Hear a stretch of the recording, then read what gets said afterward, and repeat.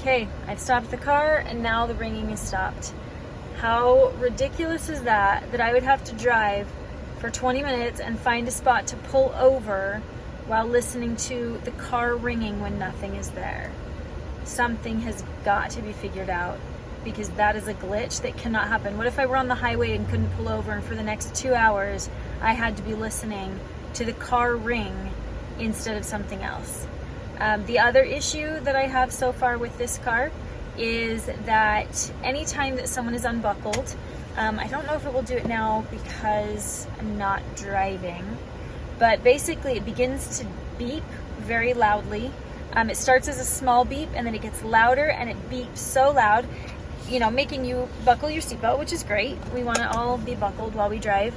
The problem lies when you have someone sitting in the car and then you drop them off, or they switch seats to another seat, and then the car still thinks they're sitting in the car or in the seat that they were originally in, and it begins to beep incessantly as we're driving.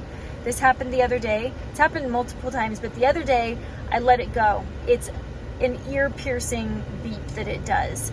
But I let it go, and I was going to get to a stop sign and stop the car, have to shut it down again and start it to see if I could fix the problem.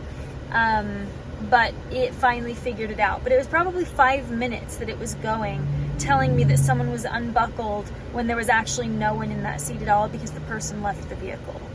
That also is a very frustrating thing.